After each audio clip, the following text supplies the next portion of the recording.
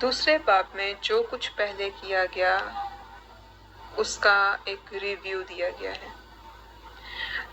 آسمان اور زمین اور اس کے لشکر کا بنانا ختم ہوا، اور خدا نے اپنے کام کو جسے وہ کرتا تھا 7ویں دن ختم کیا، اور اپنے سارے کام سے جسے وہ کر رہا تھا 7ویں دن فارغ ہوا۔ اور خدا نے 7ویں دن کو برکت دی اور اسے مقدس ٹھہرایا، کیونکہ اس میں خدا ساری کائنات سے جسے اس نے پیدا کیا اور بنایا فارغ ہوا۔ یہ ہے آسمان اور زمین کی پیدائش جب وہ خلق ہوئے، جس میں خدا نے زمین اور آسمان کو بنایا۔ اب یہاں پر ہم دیکھ رہے ہیں کہ تخلیق کی پوری تفصیل نہیں دی گئی ہے، کیونکہ وہ پہلے دے دی گئی ہے، اب اس سے آگے کی بات ہو رہی ہے۔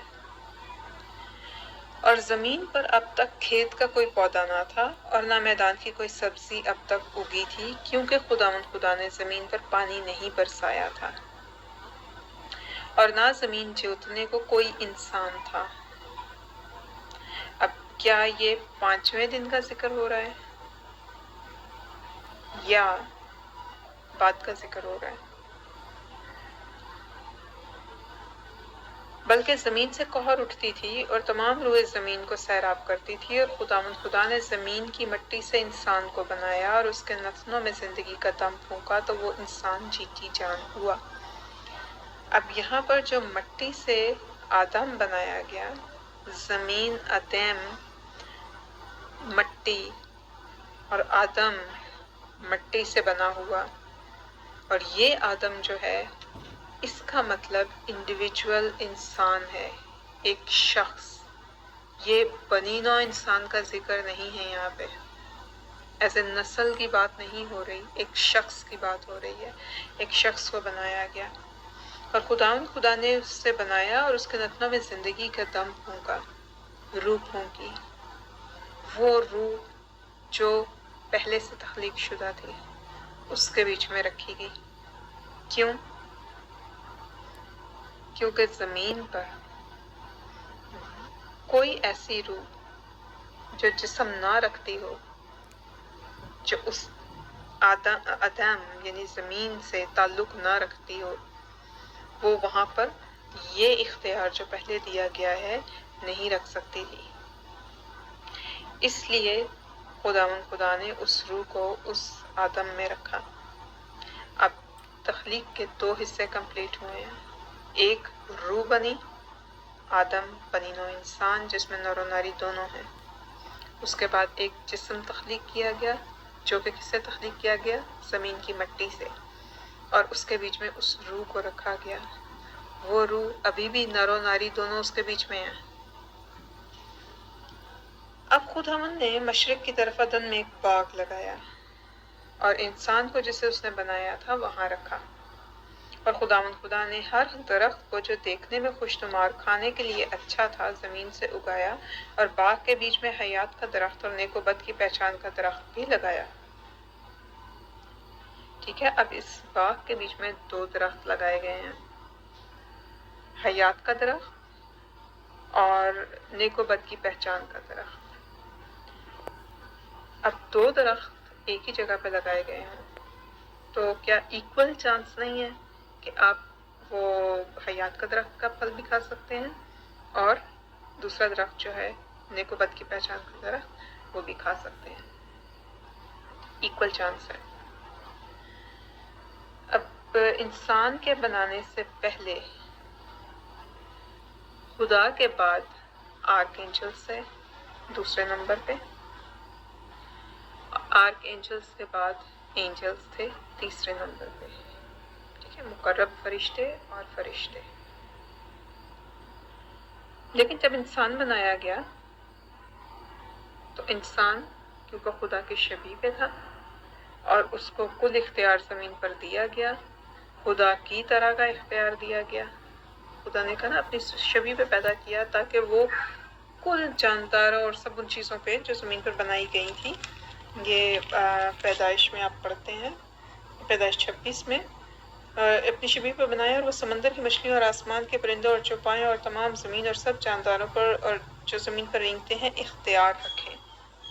اس اختیار کی وجہ سے وہ اور خدا کی شبیہ پہ ہونے کی وجہ سے وہ دوسرے نمبر پہ آ گیا۔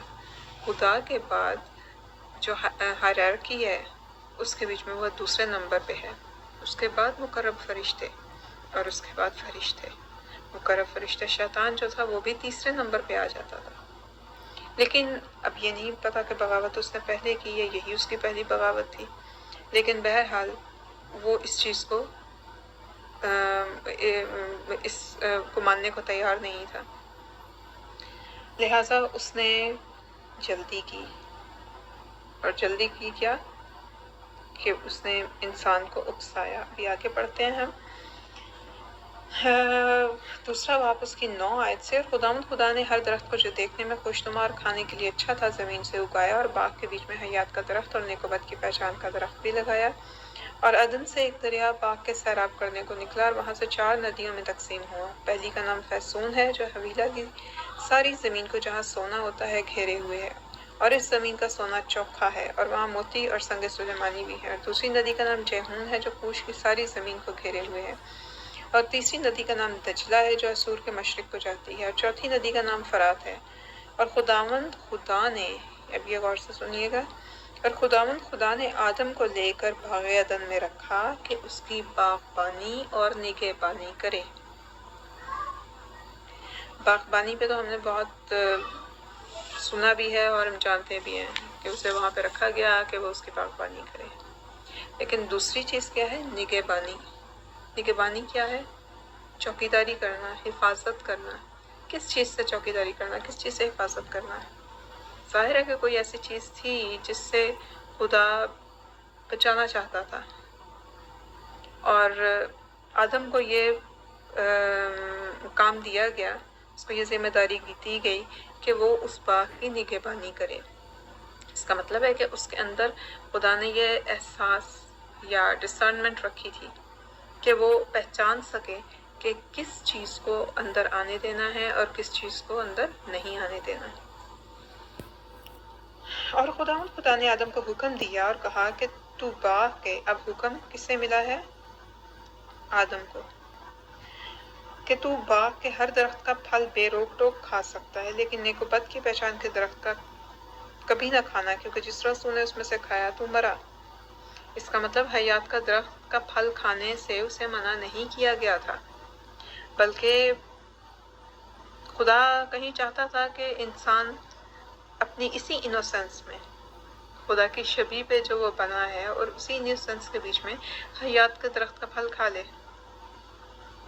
اور اسی طرح سے ہمیشہ زندہ رہے، خدا کی پہچان میں زندہ رہے. لیکن کوئی تھا جو نہیں چاہتا تھا کہ ایسا ہو. اب 2 چیزیں ہیں یاد رکھنے کی، کہ ایک تو آدم کو خدا نے باغبانی کے ساتھ ساتھ نگہبانی بھی دی تھی. دوسری چیز، خدا نے اسے حکم دیا تھا کہ تو سب پھل کھا سکتا ہے، انکلوڈنگ حیات کے درخت کا پھل، اور صرف ایک درخت کا پھل نہیں کھا سکتا جو نیک و بد کی پہچان کا درخت ہے، کیونکہ جس روز تو نے اس میں سے کھایا تو مرا. اور یہ لفظ کوئی ہم اسے سمبولک نہ لیں، مر جائے گا، زندہ نہیں رہے گا. اور ابھی تک جو ہم نے سیکھا کہ خدا نے اسے کیا بنایا؟ ایک روح بنایا، اپنی شبیہ پہ ایک روح بنایا، اور اس روح کو اس مٹی سے بنے ہوئے بت میں رکھا. اور جب اسے رکھا اور اس پہ پھونکا تو وہ جیتی جان ہو گیا. اس کی روح اور اس کی باڈی مل کر چلنے لگے. باڈی میں ان اٹ سیلف بھی زندہ رہنے کے امکانات تھے، کیونکہ وہ جیتی جان ہو گئی نا. لیکن اسے روح کے تابع رہنا تھا. روح اوریجنل تھی جس نے اس باڈی میں رہ کے اس دنیا پہ حکومت کرنی تھی. سو جب خدا مخاطب ہے تو وہ اس اسپرٹ مین سے مخاطب ہے، وہ اس جسم سے مخاطب نہیں ہے. اب جسم غیر اہم نہیں ہے، اگر کہا جائے کہ جسم تو پھر غیر اہم ہے، غیر اہم نہیں ہے. اسی جسم کی بدولت ہمیں اس دنیا میں اختیار حاصل ہے. کوئی اور روح انکلوڈنگ شیطان، کیونکہ خدا کو پتا تھا کہ شیطان باغی ہے، اس کے ساتھ اور بھی باغی فرشتے موجود تھے جو فالن اینجل تھے. خدا نہیں چاہتا تھا کہ وہ اس کے بیچ میں داخل ہو دنیا میں یا اس دنیا پہ اختیار رکھیں. اس دنیا پہ صرف اختیار ان روحوں کا تھا جو جسم میں تھی، یعنی ہم اسپرٹ مین، خدا کی شبیہ پہ بنائے ہوئے لوگ. اور یہ جملہ جو ہے کہ جس دن تو نے اس میں سے کھایا تو مرا، سمبولک بھی نہیں ہے بلکہ خدا کبھی جھوٹ نہیں بولتا. سو یہ بالکل سچ بات ہے. اب 18 آیت میں ہم آتے ہیں. اور خدا نے کہا کہ آدم کا اکیلا رہنا اچھا نہیں، میں اس کے لیے ایک مددگار اس کی مانند بناؤں گا. میں اس کے لیے ایک مددگار اس کی مانند بناؤں گا. مددگار لفظ 3 دفعہ بائبل میں استعمال ہوا ہے. ایک یہاں پر ہوا کے لیے، ایک یوحنا میں خدا یسوع مسیح نے جب وہ جانے لگے تھے تو انہوں نے کہا میں جاؤں گا تاکہ تمہارے لیے ایک مددگار بھیجوں. اور وہ مددگار کون ہے؟ روح القدس. اور پھر آگے خطوط میں ایک اور جگہ مددگار لفظ استعمال ہوا ہے کہ اگر ہم میں سے کوئی کبھی گناہ کر بھی دیتا ہے تو خدا کے تخت کے پاس ہمارا ایک مددگار موجود ہے، یعنی خدا یسوع مسیح. سو یہ 3 دفعہ لفظ مددگار استعمال ہوا ہے. لیکن یہ مددگار ہوا اور وہ مددگار یوحنا میں پاک روح، یہ دونوں بہت قریب ہیں. ان کو ہم بعد میں اسٹڈی کریں گے. اور خدا نے کل دشتی جانور اور ہوا کے کل پرندے مٹی سے بنائے اور ان کو آدم کے پاس لایا کہ دیکھے کہ وہ ان کے کیا نام رکھتا ہے. ابھی ہوا خدا نے نہیں بنایا. اور آدم نے جس جانور کو جو کہا وہی اس کا نام ٹھہرا. اور آدم نے کل چھپائے اور ہوا کے پرندوں اور کل دشتی جانوروں کے نام رکھے، پر آدم کے لیے کوئی مددگار اس کی مانند نہ ملا. اور خدا نے آدم پر گہری نیند بھیجی اور وہ سو گیا، اور اس نے اس کی پسلیوں میں سے ایک کو نکال لیا اور اس کی جگہ گوشت بھر دیا. اور خدا اس پسلی سے جو اس نے آدم میں سے نکالی تھی ایک عورت بنا کر اسے آدم کے پاس لایا. اور آدم نے کہا یہ تو اب میری ہڈیوں میں سے ہڈی اور میرے گوشت میں سے گوشت ہے، اس لیے وہ ناری کہلائے گی کیونکہ وہ نر سے نکالی گئی. اس واسطے مرد اپنے ماں باپ کو چھوڑے گا اور اپنی بیوی سے ملا رہے گا اور وہ ایک تن ہوں گے. اور آدم اور اس کی بیوی دونوں ننگے تھے اور شرماتے نہ تھے. اب یہاں سے ہم واپس آتے ہیں آیت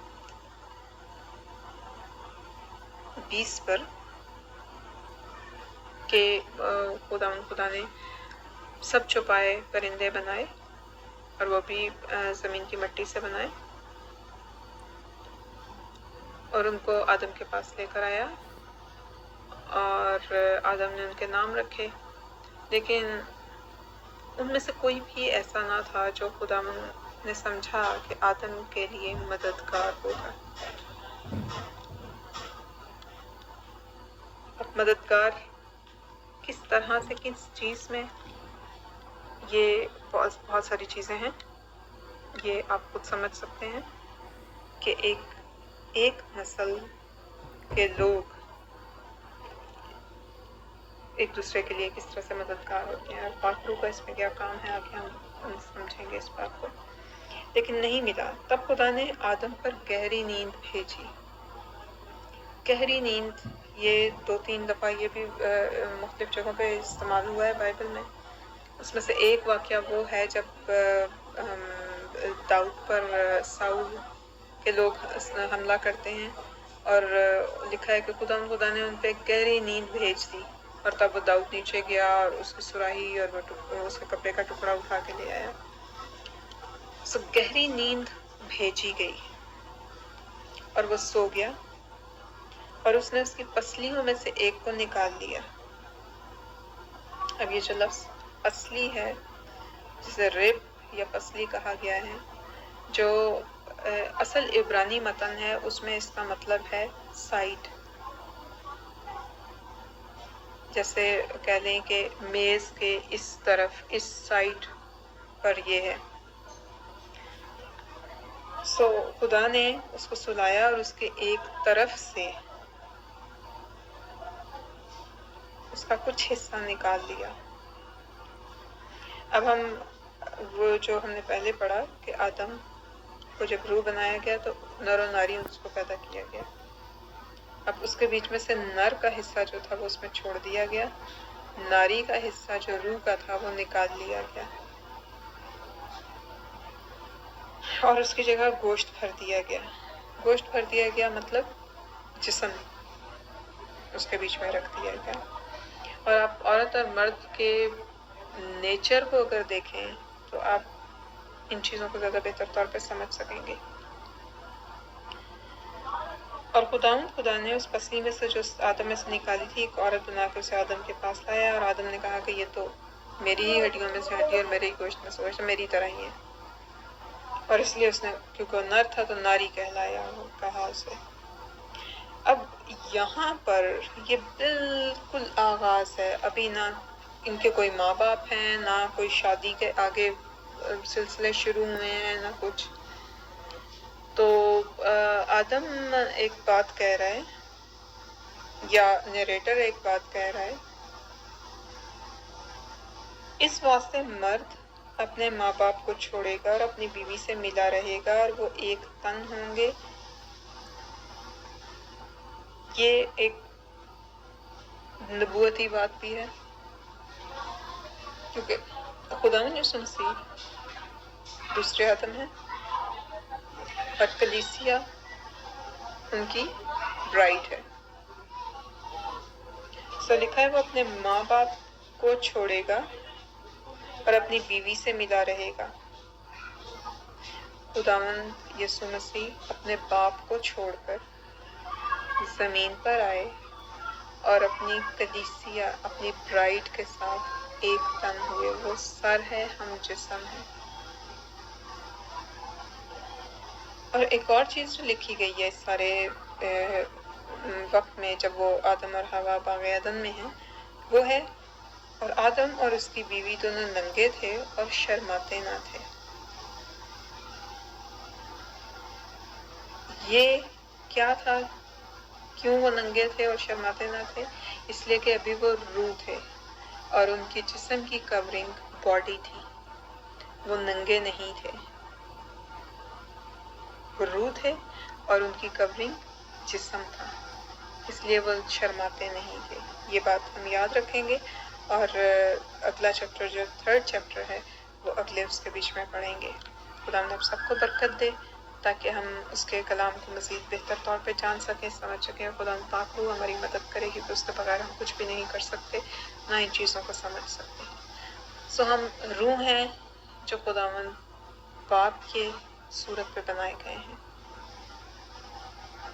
اب سب کے لیے یسوع کے نام میں برکت مانگتے ہیں.